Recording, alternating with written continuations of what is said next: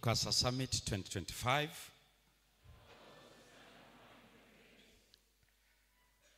Habari za asubuhi. Hamjambo. Tunamshukuru Mungu tena siku hii ya 4 ya juma ambayo iko ndani ya mfululizo ya mikutano hii, wito wa kusimama imara katika imani. Imani tuliangalia jana, ambayo ilikuwa inatueleza ni nini tunaposema imani, wakati Mungu anapotufunulia mapenzi yake. Leo tunaenda kwenye maelezo ya ndani ya kina kuhusu umuhimu wa hiyo imani, kwa sababu maneno yote haya yanaenda mpaka kwenye imani. Na kama nilivyoanza jana wakati kama huu, kwa nini imani ni hoja nzito sana katika Biblia, na kama nilivyoshiriki pia jana muda kama huu, kwamba imani inapokabiliana na akili, tunajaribu kuishindanisha na akili. Tunashukuru jana jioni tuliona kuna kiwango cha akili kuelewa yanayofunuliwa, yale Mungu anayosema. Sisi sio tofauti na wale vijana katika taifa la Yuda waliokuwa mateka, lakini pia waliopata fursa katika ikulu ya Nebukadreza, taifa lililokuwa linatawala dunia ya ulimwengu wote uliojulikana wakati ule.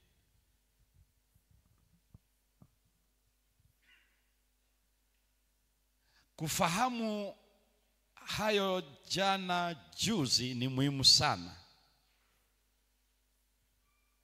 kwa sababu yanashughulika na what.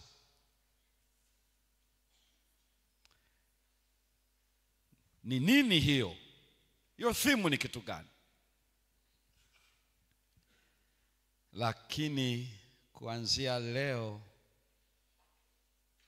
kwa namna tofauti tofauti, tunaenda kuona how, ambayo sasa mimi na wewe tunafanyaje sisi.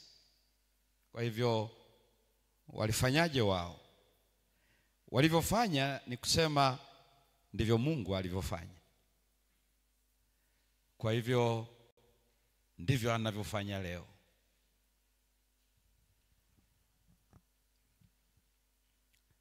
Na haikuwatokea tu kwa bahati mbaya kama kujikwaa. Kuna mchakato. Kwa hiyo kabla hata hawajatekwa kimwili, akili yake Danieli na wenzake iko huru, na yote yanayoendelea katika dunia hii hayana nafasi ya kuteka akili zao, ufahamu wao kuhusu Mungu wao. Hayapo.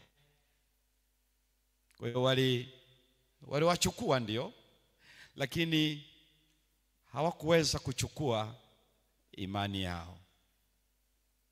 Tutakuja kuona vile Ibilisi alivyojitahidi sana chini ya carpet kuona nafikiaje vijana hawa, Kwa sababu Ibilisi anajua Mungu alipokuwa akihangaika na Yuda. Anajua Yuda sio kwa namna yoyote ile iwe tu maana tu kwamba ni amana, ila alijua ni katika Yuda mkombozi atazaliwa.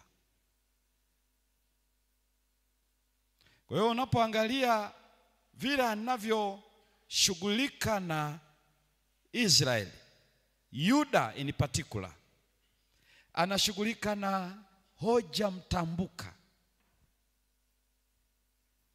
Alivyoshughulika na Israeli Misri, alikuwa anashughulika aona anawezaje kuharibu plani ya Mungu kwa mpango waliosema miaka iliyopita, mamia ya miaka iliyopita. Kwa hiyo ndicho alikuwa anahangaika nacho. Na alifahamu alivyomwambia Ibrahimu, watakuwa wageni katika taifa lisilokuwa lao, watatumikia taifa lile kwa miaka 400, halafu nitawatoa niwarudishe mahali hapa. Wewe alijua nini analeta. Na Hosea anaandika vizuri kwamba Israeli alipokuwa mdogo na alimuita kutoka Misri. Na unaona ndio anachoandika Mathayo kwamba Yesu wakati anatoka Misri baada ya kifo cha Herode mkuu, akinukuu hiyo. Kwa hiyo wakati Mungu anatoa Israeli kutoka nchi ya utumwa, Mungu alichokuwa anafanya, alikuwa anashughulika na ahadi ya mzao anayekuja. Na ndio unaona hiyo yote na juhudi zote za Ibilisi ni kuhakikisha haifanyiki, kwa sababu ni yeye ambaye ndiye tumaini la ulimwengu.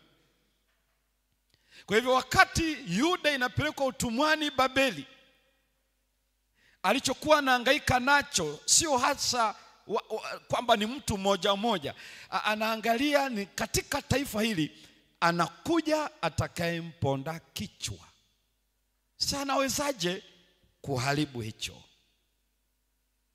Na Biblia inasema vizuri, the controversy is between Michael and Satan. Haijawahi kuwa kati yako na mimi na yeye. No.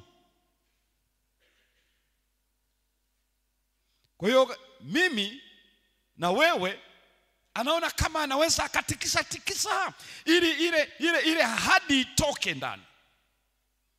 Kinyang'anyiro kiko hapo kwamba anawezaje afanye ili akili yangu imtoe yeye. Ndicho anachopambana kwa hali zote. Kwa hivyo alipowaleta Yuda Babeli, Ibilisi alijua kabisa bado ni wazo lile lile la kueleza Babeli ambayo ilikuwa ndio taifa linalotawala mataifa mengine. Kuanzia pale ulimwengu utajua mpango wa Mungu na Masihi ajaye. Kwa hiyo alihakikisha anazuia huyu mtawala wa dunia asijue dunia ya wakati wake, na wale wote wanaozunguka wasijue. Wanaweza wale vijana wasijue hiyo upana wa hilo pambano, lakini wao walijua kwa upande wao wanaweza kufanya nini. Kwa hiyo sura ya kwanza ni ya muhimu sana, ndio inayoweka foundation kwa zote zinazokuja. Ile sura ya Danieli 1 ile ina mambo makubwa mawili. Ya kwanza kabisa, Mungu yu kazini ili Yuda iwe mateka. Ndio aya ya pili. Mungu akawatia mikononi. Sio Mariduku, no, Mungu. Sio Nebukadreza, ni Mungu. Mungu ndiye aliyewatoa akawaleta. Na Danieli anaandika hivyo, anajua kabisa sio Babeli jeshi lake Nebukadreza walioweza kuwachukua Yuda, ni Mungu aliyewaleta. Sasa ukishajua popote utakakoenda, usije ukasahau kuna big picture ya wewe kuwa pale. Unaweza usijue itakuwaje, lakini wewe baki tu kumsikiliza. Hata hicho chuo ulichokupelekwa kusoma, kuna agenda kubwa mno Mungu yuko nayo kwa ajili yako. Kubwa mno. Hakuna mzazi aliyeijua, wala hakuna mlezi aliyeijua, wala hata washauri waliokushauri, wala hata aliyechagua uende kwenye ile chuo, hakuna anayejua. Ila wewe ni lazima uijue. Hata kama utajua details, lakini Mungu ana agenda uwe hapo ulipo, ikiwa tutamsikiliza. La kwanza kabisa ambalo liliconfront uelewa wao, la kwanza ilikuwa ni diet. Hii nitakuja kuieleza muda tofauti kabisa uone kwa nini hiyo ilikuwa ndio mtihani wa kwanza. Nitakuja kuieleza sio sasa hivi, lakini nataka uone tu jibu walilolitoa. Danieli 1 aya ya 8. Hebu fungua pale Danieli 1 na aya ya 8.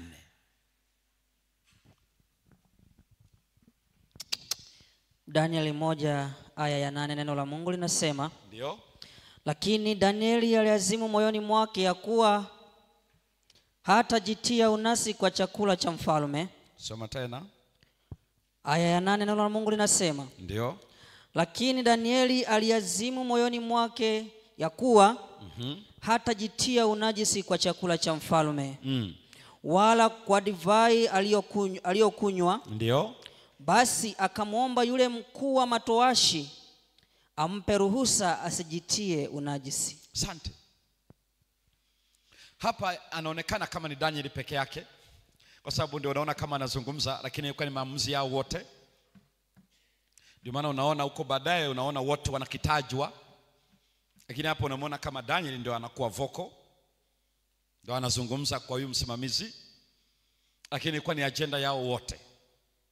Neno linalozungumzwa pale, aliazimu moyoni. Hii unayoiona hapa ndio ya wale vijana wenzake, waliazimu. Na kwa nini wanaazimu juu ya habari hiyo? Ndio unaona kwenye Kiingereza anatumia neno purpose. Kwa hiyo waliazimia, walikusudia. Utaona version zingine za Kiingereza determined, utaona version zingine za Kiingereza committed. Haya yote matatu yanatokana na neno la Kiebrania sum. Hiyo neno sum ndio inamaanisha purpose, ndio inamaanisha determination, ndio inamaanisha commitment. So they made a commitment not to go to cross the border. Angalia wakati wa jioni vizuri.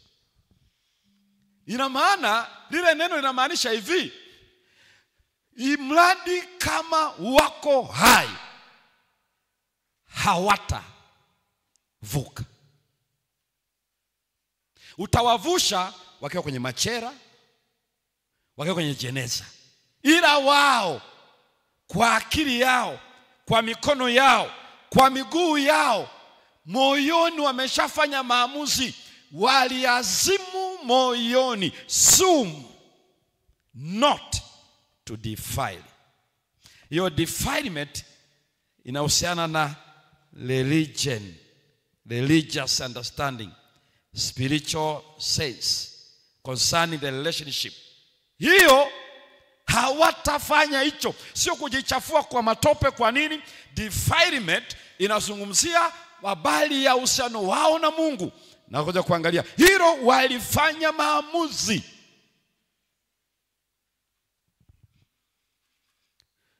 Kwa hiyo ikiwa kokote kule tunataka kujua walifanyaje hawa vijana mpaka akasema hatuna neno, nenda utrace kwenye chapter 1.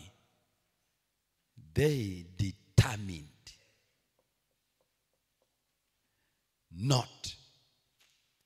Fanya utakachofanya, hawatafanya hivyo. Nini? Hawatajichafua kuhusu Mungu wao. Mimi nabaki na swali moja kubwa, why? Kwa nini inakuwa big deal namna ile?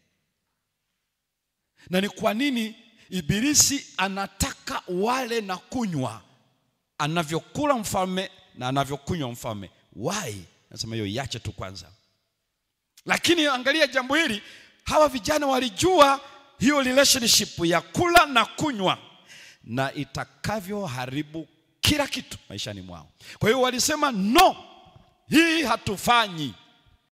Na unajua hawakuifanya msimamo huo bila gharama. Gharama zilikuwa hapo, tutakuja kuziona jioni. Zilikuwa ni gharama za kifo. Kwa hiyo waliazimu mpaka kifo hawatajichafua. Swali linabaki, kwa nini? Kwa sababu tunazungumzia defilement, tunazungumzia kile ambacho Mungu ameeleza. Kwa sababu Mungu alishaeleza very clear in the Old Testament, kwenye Torah. Kienda kwenye Leviticus, Deuteronomy, Mungu aliweka vizuri what to be eaten, what not to be eaten, kila kitu alishaweka. Kwa hiyo walikuwa na maelezo very clear kuhusu chakula ni nini. Kwa hiyo inapokuja chochote ambacho ni tofauti, hawakuwa na mzaa na hicho. Kwa nini? Hapa ndipo ni vizuri ufahamu. Nenda Romans.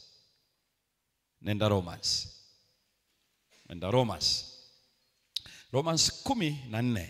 Warumi 14 na ile aya ya 23 ambayo ndio aya mwisho kwenye kitabu hicho. Hebu soma kwenye hiyo sura.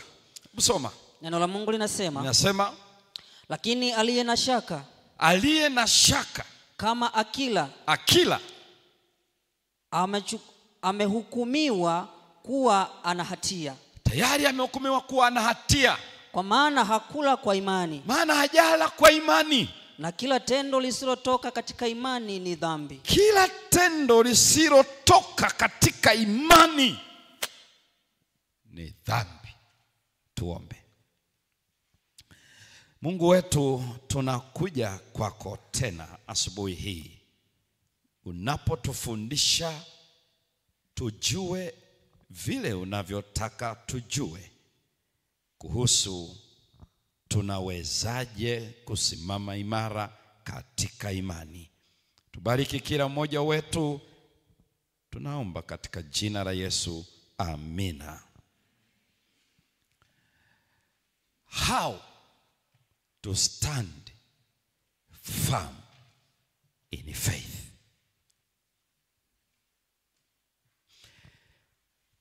Determination. Unajua mazingira ya sasa hivi, ukisema mimi nimefanya maamuzi,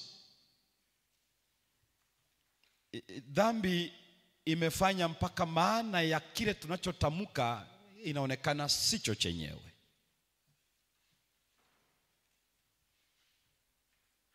Mtu anasema ninafanya maamuzi, nitafanya hivi, alafu baadaye anasema yalinizidi. Lakini anasema eti alifanya maamuzi, alafu baadaye anasema yalimzidi. Na unapata watu kibao wa kukutia moyo, kwa kweli haya yalizidi. Na ndio shida hiyo, kwamba tunasikiliza wanadamu wanatufariji mno, yani wanatupetipeti, wana sympathize na sisi, mpaka wengine wanakuambia kiatu ulichokuwemo ni kikubwa mno, hata mimi nisingejaribu kuweka mguu wangu. Yani unaona, yani unajiona ulikuwa mwamba fulani, yani hata kwa muda wote uliotumia mpaka hapo umebebana nalo, watu wanaona kwa kweli wewe umefanya zaidi.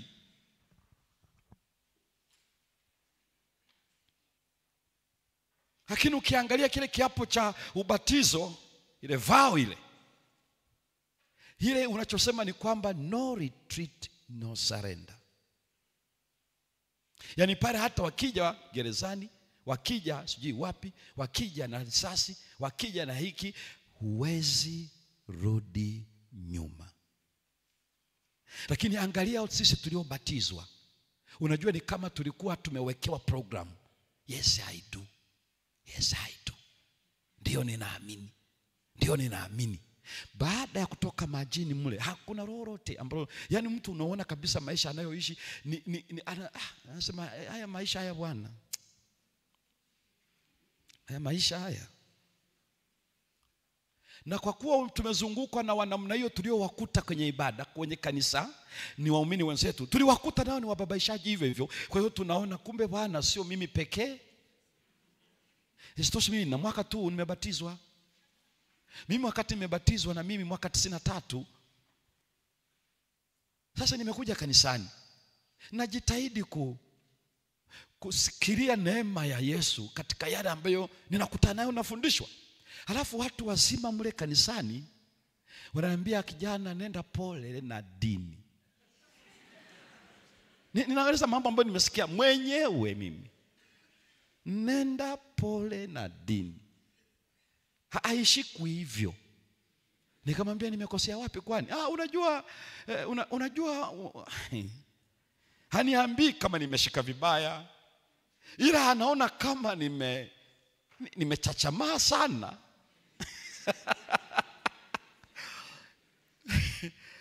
Na hiyo shule nilipokuwa nasoma, maana baada ya kufukuzwa Msoma Alliance, nilifukuzwa shule, na mpaka leo nashukuru nilifukuzwa. Maana baada ya kufukuzwa ndio mwaka uliofuata ndio nikajoin form 2 shule ya kanisa Bwasi Sekondari. Sasa pale waliokuwa wanataka kusimama kwenye neema, alafu wanaitwa Wakorinto. Yaani walikuwa wanafanya vice versa. Sababu Wakorinto walikuwa wahuni kweli kanisa lile. Sasa ukiamua kusimama tu vizuri nasema Mkorinto huyo. Sasa Mungu anasema Mkorinto tena. Kwa hivyo wanasema wewe nenda vizuri. Na lile kanisa lilijengwa na Jerumani, liliko pale ni la mawe pale. Sasa tulikuwa tunasali pamoja, wanafunzi na wenyeji. Na watu wenye sifa kabisa, wazee wako wenyeji pale. Wanasema nenda vizuri, na nikapata nafasi ya kuwa kwenye mjumbe wa baraza la kanisa. Sasa baadhi ya mambo yalikuwa yanakuja yako wazi, mengine nayafahamu, inabidi nieleze. Sasa ninapoeleza kwamba hiki kiko hivi, kumbe nakanyaga maeneo ya watu. Tunakutana nje, anasema yani kijana uliamua kabisa kusema. Anasema si ilitakiwa niseme au nifanyeje? Sema nenda vizuri. Maana sio wewe tu ulikuwa unajua, mbona wengine walikaa kimya? Anasema mimi sijui kama walikuwa wanajua. Na ni kweli nilikuwa sijui, lakini nilipaswa nieleze. Sasa mchungaji alitaka tueleze ukweli huu unavyoendelea. Mimi kesi yangu ni nini? Lakini kwa ufupi tu ni kwamba tuna ushahidi mwingi sana wa kutupunguzia kubaki kwenye tulichoahidi, walio wengi na wanaotuzidi umri, wanaotuzidi tangu wameingia ndani ya kanisa, ambao wanatangatanga dhambini ni wengi mno. Na wengine ni nyumbani tumewakuta. Yaani ni kitu cha kawaida. Na wengine ni viongozi wale ambao walipaswa watufundishe kuwa serious uhusiano wetu na Mungu, ndio wanakuambia sio serious kivile. Najua haya unajua hii neema ya Mungu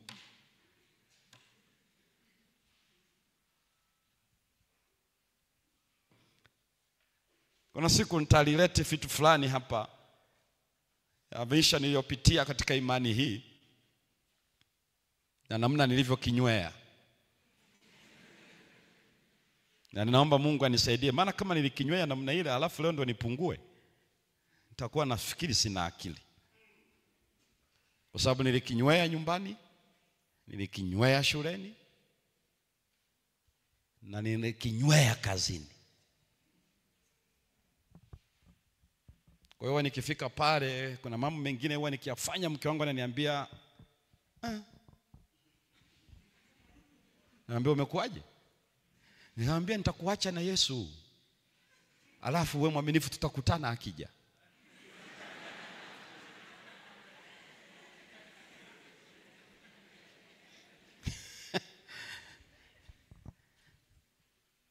Najua nilivyo kinywea nikiwa mwanafunzi. Mimi nimesoma hapa Mkwawa pia, ikiwa ni A level tu, form 5 na form 6. Zaidi ya wanafunzi 2000 na kitu. Lakini ninafahamu nikiwa pia mwanafunzi hapo hapo Bwasi, wale watu waliokuwa tunasoma naye, ninafahamu nilipozungumza siku moja kwenye kikao na yupo mwenyekiti wa conference, katibu na muazini, na tuko form 4 na form 3 walikuwepo, madarasa hayo mawili. Kwa nini waliomaliza hawakufanya vizuri kama Bwasi? Kwa sababu zikatolewa na teaching staff wote walikuwa pale. Nikaona wanapiga chenga hivi na vile, na walimu wanaelezea, nikasikia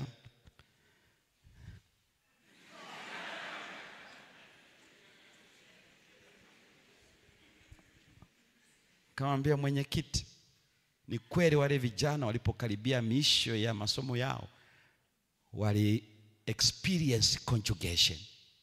That's a biological terminology. Kwa wakafanya conjugation. Pastor Peter anasema kuna maneno mengine ukiaita kwa Kiswahili la. Na mimi nimeendelea hivyo hivyo, conjugation. Walking in pair as if they are couples. Kwa hiyo nikasema walisahau kwamba wao ni wanafunzi, hawajaja kuona kuolewa. But nikasema teachers contributed to the problem. Nikasema baadhi ya walimu na wako hapa walilala na wanafunzi. Alafu nikaketi. Wewe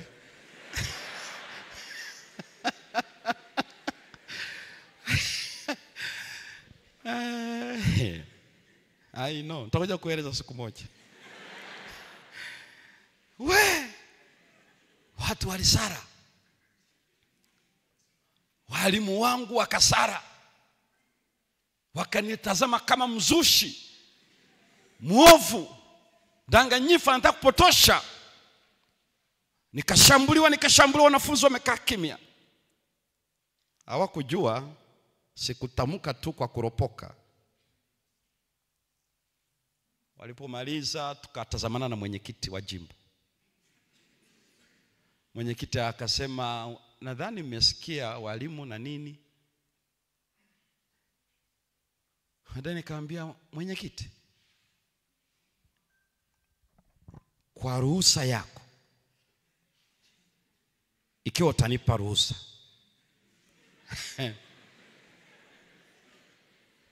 nitawataja wote hao walimu walioko hapa. Nina ushahidi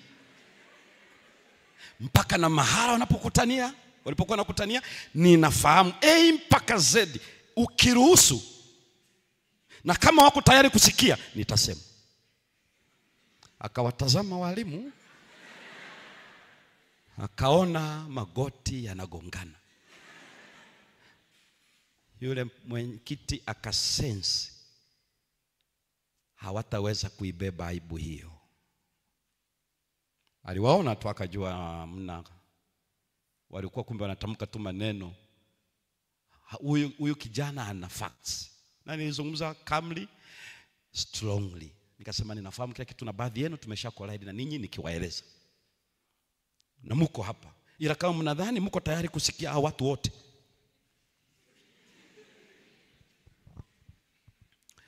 Kuanzia hapo ninajua nilivyokunywa kikombe. Kwa hiyo inaweza hilo. Determination. Determination. Kwa hivyo hii ndio inavyo vijana kwa nini walifanya maamuzi hayo ambao walijua ni hatari. Kwa sababu yule tu msimamizi aliogopa ikiwa hatafanya alichoambiwa. Hii ndiyo portion, hii ndiyo diet ya hawa wanafunzi kwa miaka 3. Let them eat. Na ni swala la heshima sana. Wapatie. Yani yule msimamizi wao mwenyewe alitetemeka kwa sababu ilikuwa inagharimu maisha yake. Na hapata kuwepo na negotiation yoyote, ni kifo. Na hawa vijana ambao wamekataa itakuwa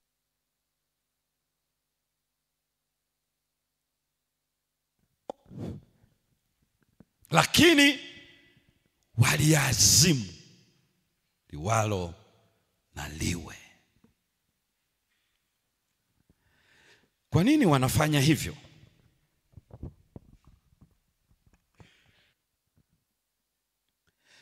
Romans 14:23, hiyo aya tuliyoisoma hiyo. Naomba muiangalie vizuri, nataka uelewe jambo hili linavyoeleza.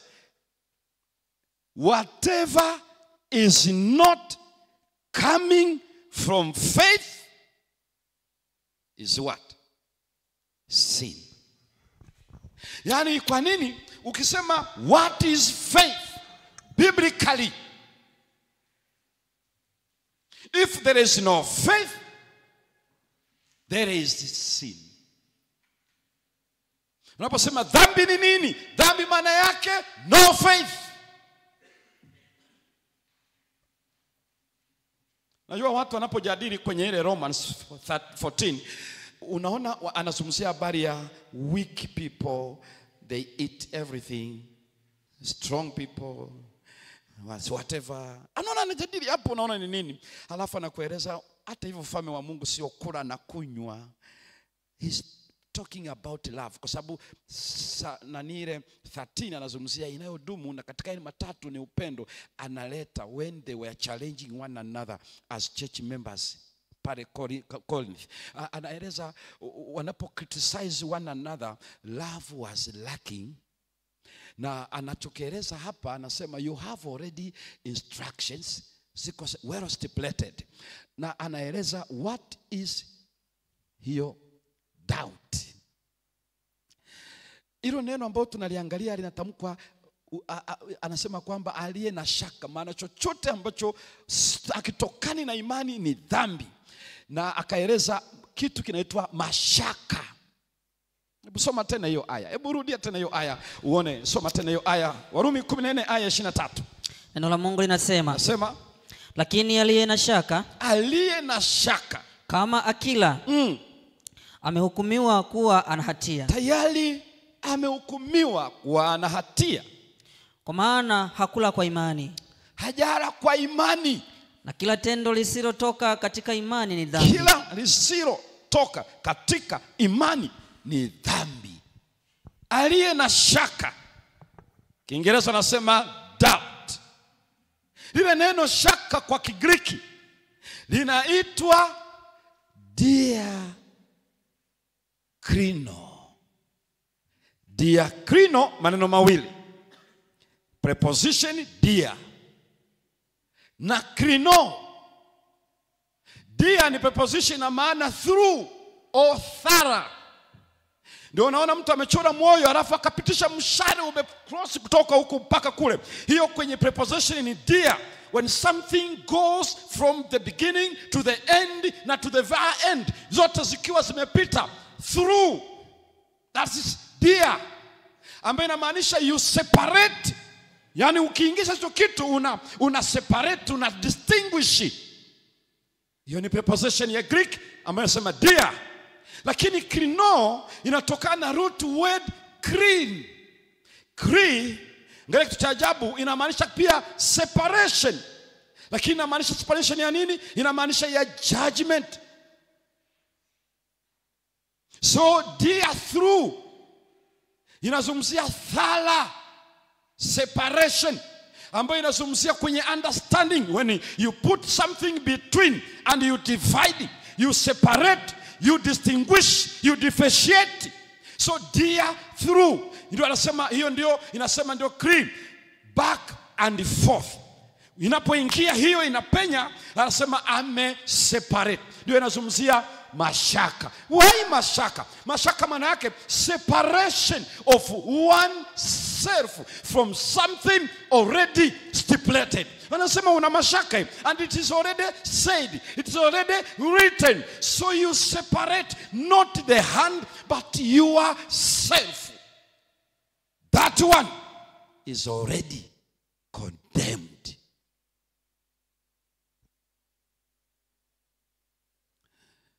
Hilo neno condemnation ama condemned kwa Kiingereza, amekwisha kuhukumiwa. Uone jinsi ya maneno yanavyo play. Ni neno linaitwa kata krino. La kwanza ni diathrino, krino ambayo ina maana mashaka. Ile ya pili kuhukumu ama condemn ni kata krino. Kwa hiyo krino ndio neno lile. Lakini hapa neno kata ambayo pia ni preposition, lakini ni preposition ambayo inamaanisha down or against. Na yote ni Greek technical legal terms. Angalia vizuri juu ya jambo hili.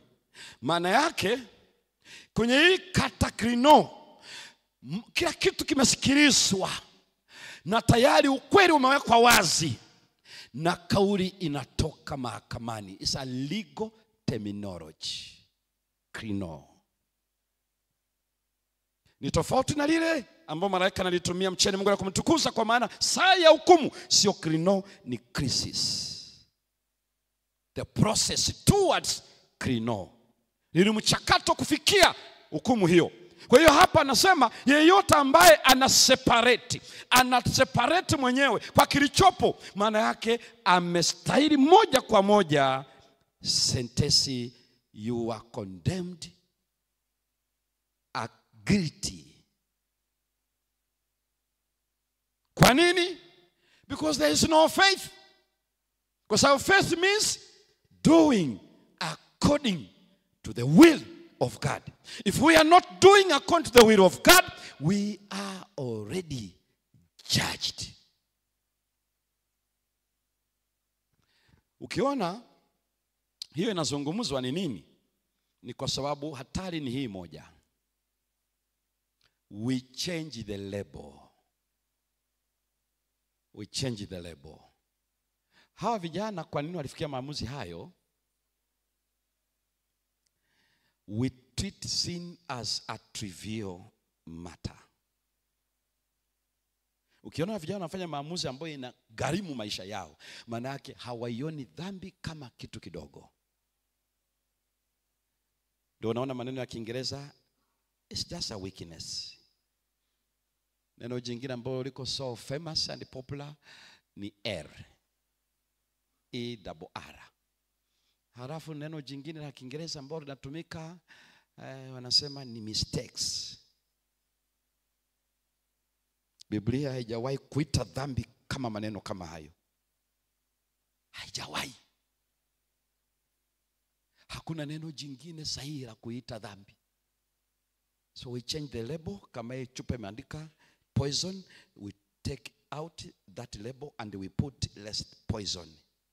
Na ngoja niwaambie, the more milder we do with that label, yani tunaifanya ile sumu iwe mbaya zaidi, kwa sababu unaifanya iue zaidi kwa kuondolea uhalisia wake.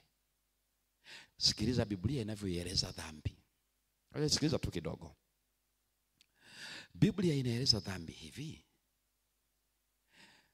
Inasema mshahara wa dhambi ni nini? That's Romans 6:23. The wages of sin. Na kwenye Revelation ya 22 anasema naja upesi na ujira uko mikononi mwangu kulipa sawa sawa na kazi zake. Kwa hiyo kazi ya dhambi, mshahara wake sio kingine chochote, death. Na ili ufahamu hivyo, unaposoma kwenye Ezekiel 18:20 anasema roho itendayo dhambi ita. Ndio itakayofanyaje? Biblia inasema kila roho itendayo dhambi itakufa. Sasa ni vizuri uweze kujua kama Old Testament inasema dhambi hukumu yake ni kifo. New Testament inasema pia ndio mshahara wake. Dhambi inaua. Don't change the label. Inaua. Na kwa nini Mungu aseme kila anayetenda dhambi lazima afe? Sikiliza vizuri. Jana tulikuwa tunaangalia wakati fulani tunapambana na hukumu za Mungu kwa sababu hatujui dhambi ilivyo. We don't know the gravity of sin, the sinfulness of sin. It's because we don't know. We treat it as a small thing, as a trivial matter. That's why tunaiona ya kawaida. Halafu hukumu ya Mungu tunaona ni kubwa sana. Kabla sijaenda kwenye Old Testament, msikilize Yesu mwenyewe kwenye New Testament anavyoelezea how should we deal with sin. In fact ametumia neno tunasema kwenye language ni hyperbole. When you exaggerate thing to bring or to drive the point in. Angalia Yesu alivyotumia hilo neno kwenye Mark 9. Hebu nenda Mark 9 and verse 43 to 47. Ametumia hapo maeneo makubwa matatu. Hebu soma pale.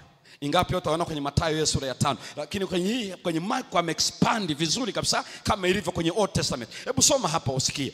Mark 9 and verses 43 to 47. Marko sura ya 9. Ya 9 aya 43 hadi 47. Neno la Mungu linasema na mkono wako ukikukosesha ukate. Kata. Ni afadhali kuingia katika uzima huu kigutu. Kuliko kuwa na mikono miwili na kwenda zako jehanamu. Amesema nini? Fanya kitu gani mkono ukukosesha? Kata. Nini anachokifanya pale? Kwa sababu pale anatumia hyperbole to bring the sense, the sinfulness of sin. Hamaanishi kwamba tukate hivi, ila ana exaggerate a drive point. Kwamba dhambi ni mbaya kiasi kwamba usifanye mzaha nayo. Ipi? Mkono. Kwa nini? Kwa sababu through our hands we may sin. Namba 2, akatoka kwenye mkono akaja kwenye mguu. Msomaji hebu soma. Mstari wa 45 na Mungu linasema na mguu wako ukikukosesha ukate. Mguu ukikosa kata. Ni afadhali kuingia katika uzima huu kiwete kuliko kuwa na miguu miwili na kutupwa katika jehanamu. Kata mguu. Usikubali kabisa mguu. Yaani anasema ukiona mguu umekukosesha ukate. Ili wenyewe ndio uende jehanamu, lakini wewe uende kwenye uzima. Alipotoka kwenye mguu akaja kwenye macho. Soma. Mstari wa 47. Neno la Mungu linasema na jicho lako likikukosesha fanyaje? Ling'oe ulitupe. Ni afadhali kuingia katika uzima wa Mungu, ufalme wa Mungu una chongo kuliko kuwa na macho mawili na kutupwa katika jehanamu. Hii ni understanding ya Old Testament. Mikono action. Mikono ikikupeleka kwenye kutenda, miguu ikakupeleka kwenye njia. macho kwenye listening, kwenye understanding, kwenye decision. Things that we dare, we treasure, we desire. Hiyo anasema macho. Ndio unasikia macho. Na ndio kwa vitu macho anatumia kama mlango, kwa sababu ndio anaingiza 75% ya information. Na kwa sababu hiyo hapa Yesu anatumia tu macho. Anazungumza mambo ambayo tunatamani, mambo ambayo tunayapendelea, mambo ambayo hayafai. Ikiwa utakuwa na mwelekeo huo, ni afadhali ungoa. Usiende mwili mzima, acha jicho liende. Na ndio maana Waisraeli walipokuwa wanaenda kwenye ile ya kukutania, hema kutania, baada ya huduma zote walikuwa wanapaka mafuta, wanapaka kwenye miguu ili miguu yao isiende kwenye njia ya uovu, kwenye mikono yao isitende uovu, na kwenye paji la uso they are understanding the decision making position. Walikuwa wanafanya hivyo. Na ndio unaona Yesu anasema the hand, the foot and the brain, the forebrain, cerebral cortex, where reasoning is. Anachosema ni nini? Anasema hiyo ndivyo vitu vinavyoeleza what is the heart. Utendaji wake vimesheni na vitu hivyo. Anasema kata. Yaani hamaanishi watu wakate hivyo, wafanye hivi na vile. Siku hizi kuna wahubiri wenye kukopi na kupesti. Tunashukuru hawajafika upande huo, maana ina gharama. Anakopi nguo mwilini, ana vitambaa vyenye kuleta baraka, anakopi hiki na kile wanaweka. Lakini nadhani hawatafikia hapo kwamba ukate mkono ukikosea. Nadhani hawatafikia hapo. Ndio hivi. Ile ya kulala juu ya maiti uende watafikia. Kwa sababu Elia alilala juu ya mauti.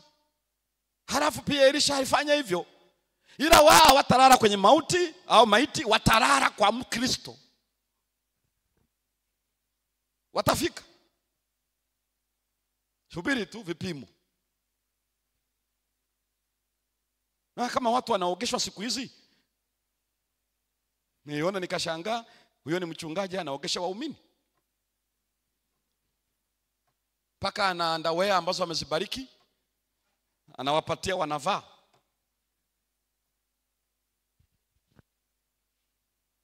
Kwa hivyo anaeleza habari hiyo. Na kwa nini anaeleza hivyo? Anaeleza ubaya wa dhambi. Yesu anatumia hiyo lugha kueleza ubaya wa dhambi. Kata mkono, kata mguu, ng'oa jicho. Ndicho anachoeleza tu. Yaani ni njia ya kunisaidia mimi na wewe nijue dhambi ni mbaya. Usibadilishe lebo. Kwa nini ni mbaya? Asikiliza vizuri. Nenda kitabu cha Genesis, Mwanzo sura 20 na ile aya ya 6. Mwanzo 20 na ile aya ya 6. Dhambi ni mbaya kiasi gani? Angalia. Mwanzo sura ya 20 aya yake ni ya 6. Aya ya 6 inasema, neno la Mungu linasema, Mungu akamwambia katika ndoto, nami nimejua ya kwamba kwa ukamilifu wa moyo wako umefanya hivi. Umefanya hivi. Ndipo nami nikakuzuia usinitendee dhambi. Usinitendee dhambi. Kwa hiyo sikukuacha umguse. Hii ni habari ya Ibrahimu na Sara ambao walikuwa na wakasema tuseme mimi ni dada na huyu ni kaka katika ile nchi. Na yule mama alikuwa mrembo. Mpaka huwa anajiuliza, mrembo ambaye alikuwa ameshapita muda wake wa kupata ujauzito, lakini alikuwa bado na sura iliyotishia. Ni vizuri ujue Sara alikuwa sio mwanamke wa kawaida. Unajua nazungumzia mtu wa miaka karibu 90. Na ni ndani ya mwaka unaofuata atapata mtoto tayari. Lakini wanafanya hii date game. Wewe uwe kaka, mimi uwe dada. Kwa hiyo tumudanganye mfalme. Wakafikiri yule muda wa kufanya process za kutoa mahari mpaka waje mchukue zitachukua muda, tutakuwa tumesharudi Kanani. Jamaa si akaona watani overtake. Kwa hiyo hata kabla hawajakamilisha hivyo akamchukua mazima. Na ni mfalme huko. Nadhani sijui kama Ibrahimu usiku alilala. Na unajua Mungu amekutana naye tu mwaka tu hapo nyuma, mwakani majira kama haya. Hiyo Genesis 18. Mwakani majira kama haya utapata mtoto. Alafu ndani ya kipindi hicho cha muda wa mwaka mmoja hicho ndicho Sara anachukuliwa. Na Biblia inaeleza wakati alipokuwa anamkaribia, Biblia ikafanya kitu cha ajabu. Biblia inasema Mungu aka lock down mfumo wa uzazi. Saa nyingine hata ukiona wewe unajifanya wewe ndio kibabe, kijogoo, Mungu angeweza ku lock down tu. Lakini jaribu, kwa sababu hawezi kukulazimisha. You must determine. Kama huwezi kufanya maamuzi, utabaki unajililia, wananishawishi, wananifuata wenyewe. Wanakufuata wenyewe ama wametumwa? Hawakufuati wenyewe. The devil has the agenda. Halafu nasema wanakufuata wenyewe. Nani amekwambia wanakujaga wenyewe? Wako kwenye mission.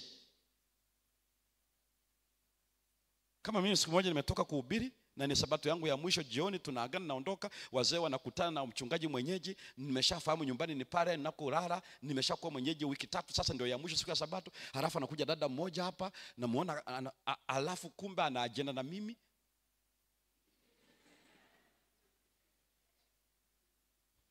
Ananiambia wewe yale mambo umeshaga yaacha kabisa. Nikajifanya kama sijamuelewa, nasema yapi?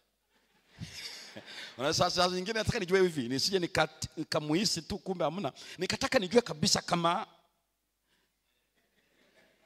Nikasema yapi kwani unamaanisha? Akasema ya wanawake. Ya wanawake yapi? Nilipojua akajibu, nikajua huyu ametumwa. Ninatoka kwenye huduma jioni hii na amekuwa anahudhuria na ni Mwadventista na ameolewa. Nikauliza ana mtoto mmoja ama wawili, lakini ametumwa na ibilisi. Halafu nasema wanakufuata wenyewe, wametumwa. Yaani wewe ni kijana wa kiume ni wa kike, usimuone huyo anayekupeleka utende not from faith. Halafu ukasema imetokea tu, ni kwa bahati mbaya. Ni ibilisi yuko kwenye mission. Nebukadnezar hawezi kuprepare ile diet. The devil has a mission. Hivi vitu vyote tunavyotengenezwa duniani hapa, aina ya juice yote na aina ya vyakula visivyofaa, usifikiri wanatupenda mno. The devil has a mission. Ila ukiona tu pasta ni champagne tu, hii ni energy ni nini? Na bahati mbaya unaona wazee wakubwa ndani ya kanisa, wengine ni wazee mpaka wa kanisa, alafu ndio kinywaji chao. Unasema mbona kitu cha kawaida sana kipasa? Hakina kilevi, ni nani alcoholic. Na wewe unafikiri ni ile kampuni, ni agenda ya adui. Tutakuja kuangalia jioni vizuri. Kwa hivyo hapa kinachofanyika, nikamwambia wewe, mimi nakueleza sio kwa sababu umekuja kwangu, ila nakueleza hii tabia usipoishinda, siku natuona tunapepea. Alikuwa mama mrembo na ana mke wake.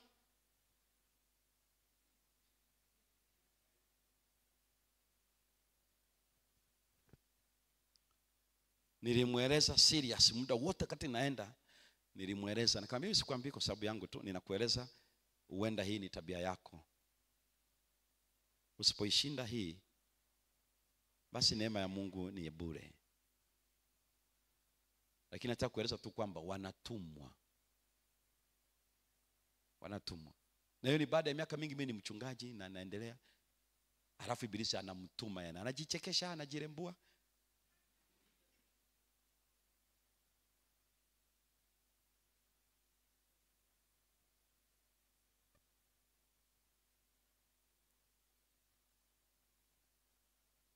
Niwahi kuambia vijana siku moja kwamba kuna binti mmoja alikuwa naye, tunasoma naye mkondo wa sayansi. Walikuwa wasichana 5, wana vichwa vizuri darasani.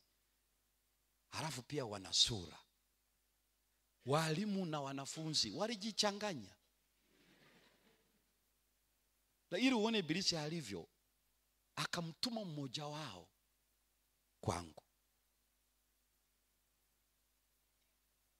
Bwana akanijalia kwa sababu ameazima daftari langu la hesabu na halileti. Ninamuuliza daftari langu liko wapi? Asema nitakuletea siku ya kwanza, ya pili, ya tatu. Kasema ujinga. Sema ujinga. Kaambia leta daftari langu. Nilipokodoa macho akajua niko serious. Nikamwambia mbona uko serious? Sema niko serious, leta daftari langu. Akaniambia wewe na wewe. Akasema kwa nini? Nikaona anatuma signal. Nikajua kumbe. Nikamwambia hiyo biashara ulionayo haina uhusiano na daftari langu na mwili wangu. Leo usipolileta utajua. Na kwa sababu nilizungumza niko serious, alijua nimebadilika. Akaniambia hamna kitu, nitakupata tu, piga humu kama sitakupata kabla hatujamaliza shule. Nikamwambia sipigi, ila wewe tafuta kwa bidii zako zote. Bwana alinijalia hajanipata mpaka leo. Hajanipata mpaka leo. Ila kwenye mikutano niliyowahi kwenda nikakuta ni mke wa mzee wa kanisa.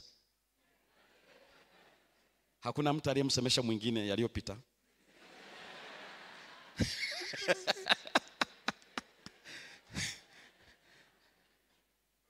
Imagine Pastor Semba anahubiri alafu yule dada sasa ananiangalia kile kitu ameniaddress. Yaani mimi nimesimama hapa, yeye ananiangalia kila kitu. Sikumkumbusha. Mimi nilisonga na utume na injili. Ni mke wa mzee wa kanisa wakati huo, mimi niko mchungaji wa mtaa huo. Anasema Ibilisi anatumaga watu.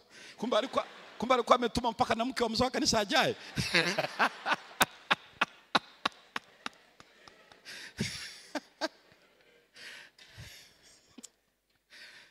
Kwa anaeleza wakati wamefanya huo mzaa, yule mfalme akamchukua Sara. Wakati wa usiku anapotaka kufinalize, Mungu aka lock down. Uwezo wake wa kuingia kwa mwanamke ukawa locked down. Na sio tu yeye, mpaka kila mwanamume kwenye utawala wake. Na sio tu wanaume, hata wanawake wote akaondoa uwezo wa kuwa wajawazito. Na ngoja niwaambie kitu pekee, ndipo walipostuka usiku ule wa manane ule. Anashangaa nguvu zake za kiume zimeenda wapi? Mbona ni msema tu vile? Anapapatika ndoto Mungu akamletea. Mimi nimezi. Nasema kwa nini? Nasema huyu ni mke wa mtu. Nasema lakini walisema huyu ni kaka ni dada. Nasema ndio, ninafahamu wamekudanganya. Ila ndio maana nimeingilia kati ili usinitende dhambi. Naomba usikilize vizuri. Kama yule mfalme angelilala na Sara, sio dhambi dhidi ya Sara, sio dhambi dhidi ya Ibrahimu, dhambi dhidi ya Mungu. Naomba usikilize vizuri. The sinfulness of sin. Every sin we commit against God. Ngoja nieleze kidogo vizuri nini maana yake juu ya jambo hilo. Angalia vizuri. Nenda kwenye kitabu cha Genesis. Hiyo andika tu, lakini nitaitamka. Genesis 39 and verse 9. Wakati Yusufu anashikwa na yule mke wa Potifa, Yusufu akasema niache. Alipoona itokea akakimbia. Kwanza alimwambia hivi, nitendeje ubaya huu nimkose Potifa? Alisema hivyo. Nimkose nani? Yeye alijua nikilala na huyu mama, dhambi hii sifanyi na huyu mke wa Potifa, wala sio kosa, ninafanya dhambi na mume wake. Hii ni dhambi dhidi ya Mungu. Nani kurudisha tena jambo hilo, angalie. Hii andike tu, ni Zaburi ya 54 aya 4, ambayo ndio wimbo wa Daudi unaoweka toba yake wazi katika taifa la Israeli. Angalia vizuri, kuna ni dhambi ile aliyolala na Betsheba, halafu akaenda akamuua Uria mpaka Nathani alipotumwa na Mungu. Huu ni wimbo aliotunga toba yake. Naomba uelewe understanding ya Old Testament when we commit sin. Angalia katika Zaburi 51 aya 4. Hebu soma pale. Zaburi 51 na ile aya 4.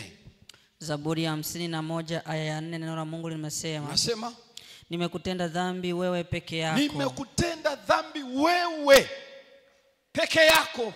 Na kufanya maovu mbele za macho yako.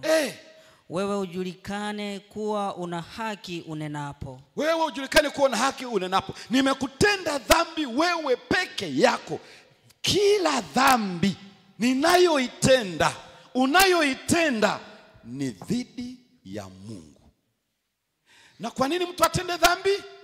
Whatever which is not from faith is sin.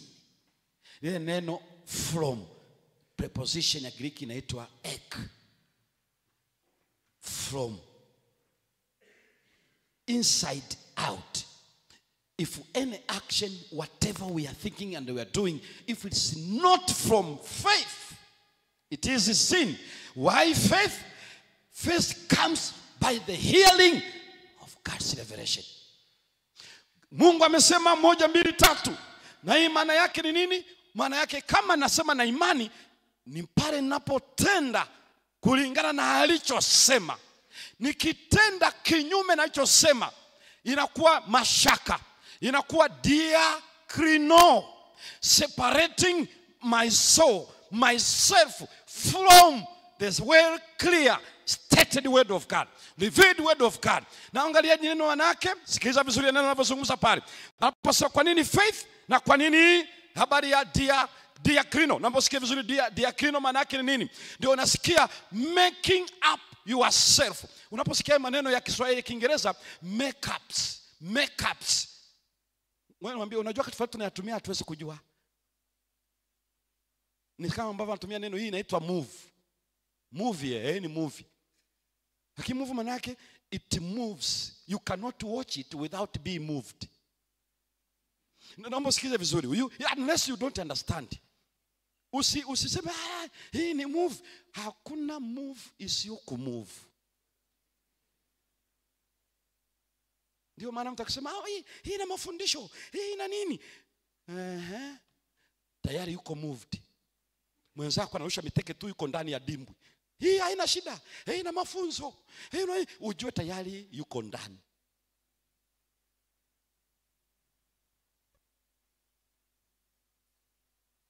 Ndio anayozungumza. Kwa hiyo anaposema ile yanazungumza hiyo unaposema ni mashaka, unaposema una separate, una distinguish, una separate yourself. Ile neno diakrino haisemi tu kutenganisha hiki weka hapa. Inamaanisha you separate by raising up yourself. You raise up yourself, making up yourself. Unaposikia tunafanya makeup maana yake put something in front, making something the first. Na hiyo ndio maana watu wasipojua wanasema makeup ni ya kawaida, ni nzuri. Never. Maana yake you are taking your God the way you are wonderfully made. Now you put God away and then you are coming in front. Makeup maana yake raise yourself, not somebody but you are self. And that is doubt. Doubt means you put yourself in the forward page, in the frontal page. Na maana yake unapambana na yeye, rising yourself towards and across God. Na hii ndio inaitwa treason. Ni dhambi ya uhaini. Kwa sababu any sin, kwa nini Mungu anasema whatever, yote anayefanya dhambi lazima afe? Kwa sababu dhambi tafsiri yake ni hii, you put God down and you put yourself up. Kinachofanya leo ni ile kutoa lebo sahihi ya dhambi. Kwa sababu Biblia inaeleza dhambi ni kifo. Kwa nini? Ni kusema hivi, Mungu anaposema hili ndio neno lake, maana yake amejiweka yeye kuwa mbele. When I pull myself away, I disconnect myself from what God has said. Ninamaanisha ninakabiliana na yeye na ninajiweka juu yake. Kwa hiyo ninajiingiza kwenye utawala.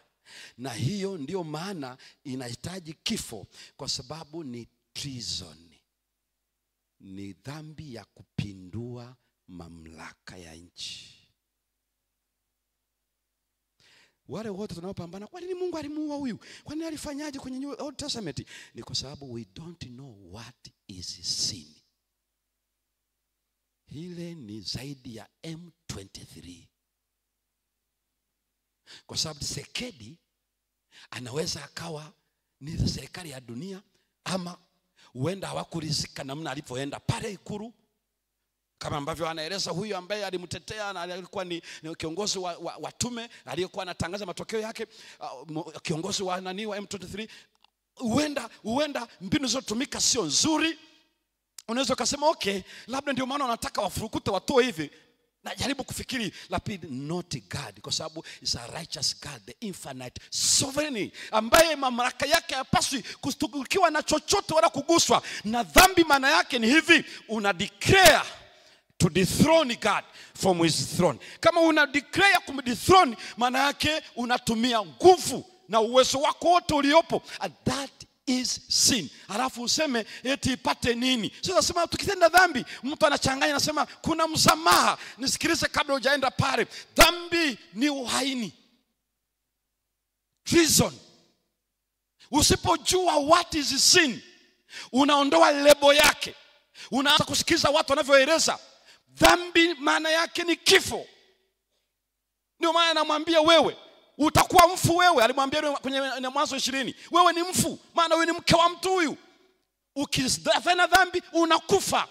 Zina maana yake ni dhambi dhidi yangu. Yusufu anasema nikifanya hivi ninakufa, maana yake ninaleta mapinduzi ya serikali ya Bwana, and I'm not ready for that. Unaposema nile hiki na ninywe hiki, Daniel anasema hivi, maana yake ni kifo. Napindua, nitadefine mwenyewe. Na unapokuwa defined, maana yake unakuwa takataka, unakuwa kinyesi, to be burned.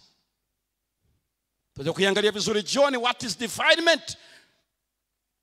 Unakuwa vulnerable to destruction. Unakuwa na CV yote 100% ya kupewa mauti. So that is sin. Ikiwa utaelewa hivyo, ndio utajua kwa nini we need to determine. Kwa sababu ile ni separation, thorough separation from God. That is diakrino, thorough separation from God. And what is sin? When we separate from God. Hana namna ya kufanya. Ndio maana vijana hao walisema no, haitawezekana. Kwa hiyo walitaka wawaonge special diet. Hawa vijana wanasema no, huwezi kutuonga msosi. Here now you come to the law of supply and demand. Supply or demand, it's the law that's there to explain the transaction and intersection of supply and demand. The relationship between sellers and buyers. Wanasema ukidraw your graph, unaiweka namna hii, wanasema huku ni supply, alafu huku ni demand. Kwa hiyo ukiiweka namna hii, wanakueleza hapa hii perpendicular line ni price, and then horizontal line ni quantity. So you increase the price, you decrease the quantity. Wanasikiliza vizuri? Nisikiliza vizuri hapa. Nilisoma, nilishia form 2. Lakini naikumbuka mpaka leo. Kwa sababu nilisha form 2 kwenye hiyo habari ya bookkeeping na commerce. Tukaenda mkondo mwingine. Kwa hivyo anasema you increase the price. When you increase the price, you increase the value. When you increase the value, you decrease the buyers. Kwa sababu why less quantity? Maana yake few buyers. Ukipunguza price, umepunguza thamani, kila mtu atanunua. Ndio maana si kila mtu ana dhahabu hapa. Sio nyanya, dhahabu sio nyanya za Irura. Sio nyanya. Never.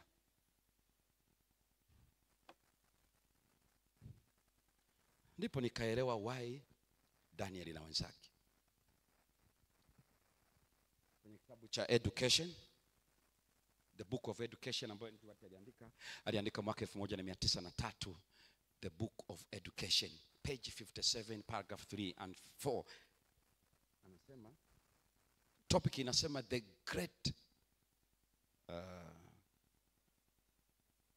greatest want of the world. Lives of great men. Maisha ya watu wakubwa. Unajua hapa wametajwa vijana. Anaangalia anasema the greatest want of the world is the want of men. Taji kubwa la ulimwengu ni taji la watu wa gani? Men who will not be bought or sold. Who will not be bought or sold. Ambao huwezi kuwanunua, hawawezi kuuzwa. Men who in their inmost souls are true and honest. Ndani ya mioyo yao ni wa kweli, wazi. Men who do not fear to call sin by its right name. Hawaogopi kuita dhambi kwa jina lake halisi. Men whose conscience is as true to duty. Ambao ufahamu wao ni mkweli katika majukumu as the needle to the pole. Kama ule mshale wa compass direction to kaskazini. Men who will stand for the right. Watakao simama kwa ajili ya kweli though the heavens fall. Ngawa mbingu zitadondoka. That's the greatest want of the people. People who cannot be bought or sold. Yani maana yake their value is so high. Huwezi kuwanunua, huwezi kuwauza, huwezi kumuonga chochote. That means God is able, but the law of demand and supply, God will supply according to your demand. Na hiki ndicho hapo kinaeleza raise up your value. Na ibilisi hata kununua. Ndio maana hapa kwa naeleza hapa watu wanakuwa hivi. Pastor Peter akamalizia akasema badala ya kuwa mlango,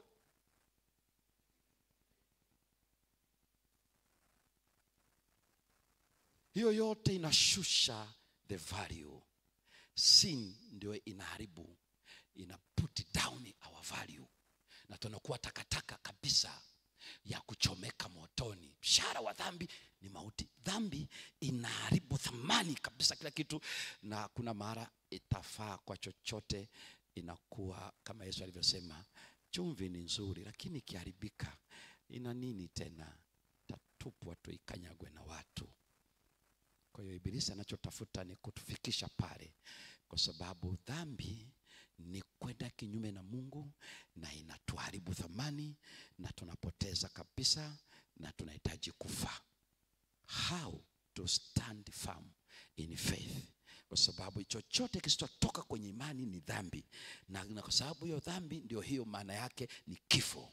Na nini ni kifo? Kwa sababu ni dhambi ya uhaini, is a treason. Ni dhambi ya uhaini. Kwa nini? Kwa sababu ni to make up ourselves, to put ourselves on top na Mungu awe chini. Ndio maana ni uhaini, is a treason. Na mtu wa namna hiyo, with all the authority, sovereign God, we must pay the price. Vijana hao walijua hii inataka itufanye sisi to compete na Mungu. Yusufu alijua dhambi ni hii itafanya mimi niwe vulnerable to destruction. Na hiyo ndio Daudi anasema nimekutenda wewe dhambi pekee. Ili usitende dhambi ni vizuri ujue haumtendei mwanatukasa yoyote, wala ambaye ni mpagani kule nje, wala yule aliyoko pale. Dhambi ni dhidi ya Mungu na Mungu peke yake.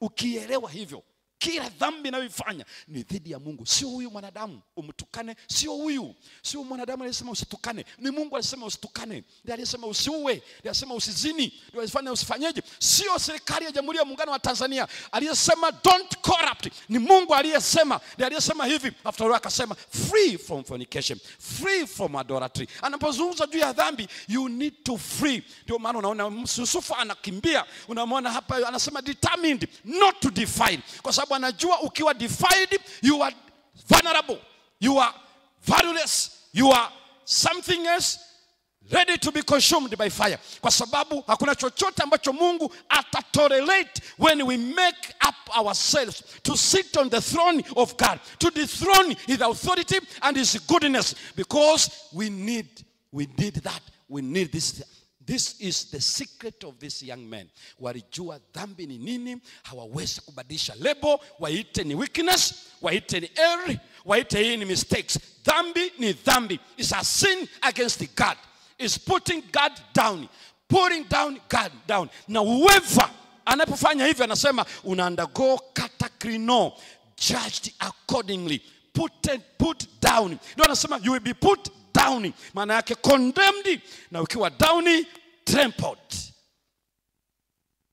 Kila anayejiinua juu atashushwa mpaka kuzimu.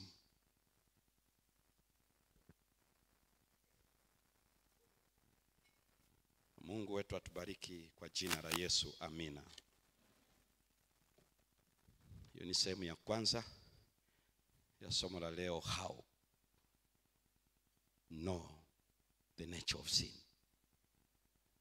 the direction of sin, the consequences of sin, as a very reason to decide not to cross the border.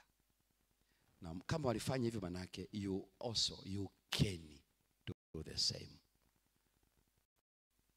Baba yetu wa mbinguni, tunakushukuru leo kwa wingi wa rehema zako. Hatujaangamia, lakini haijawahi badilisha chochote. Rehema haijawahi sema dhambi itaendelezwa, haijawahi. Lakini unavyotufundisha ni kuona ubaya wa dhambi, kwa sababu inashughulikia wewe. Hakuna jeuri kama hiyo. Ndio maana na Danieli hawaliona hawawezi kufanya jeuri hiyo. Tujalie na sisi leo, hata kama leo ina wengi wanaoikumbatia na kuitetea, tusaidie kuona ubaya halisi wa dhambi, ili tufanye maamuzi sahihi kama Danieli na wenzake. Tubariki katika tafakari hili kwa jina la Yesu. Amina.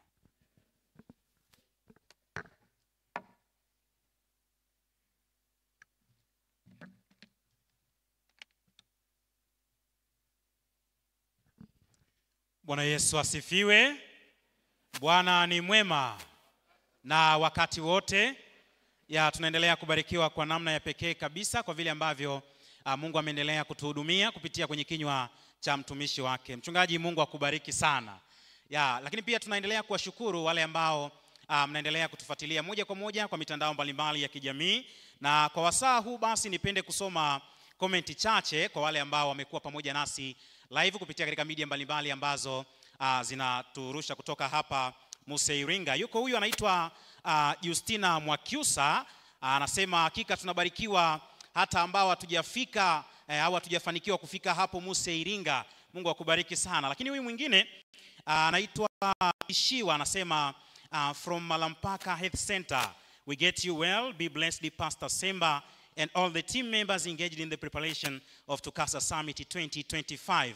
Mungu akubariki sana. Lakini mwingine anaitwa Muloko Zidairas, anasema nabarikiwa sana, ujumbe mzuri kutoka kwa Bwana na Mungu awabariki watumishi wa Mungu. Na huyu mwingine anaitwa Saturday Ndugawa, anasema nawapata vizuri kabisa kutoka Mbeya.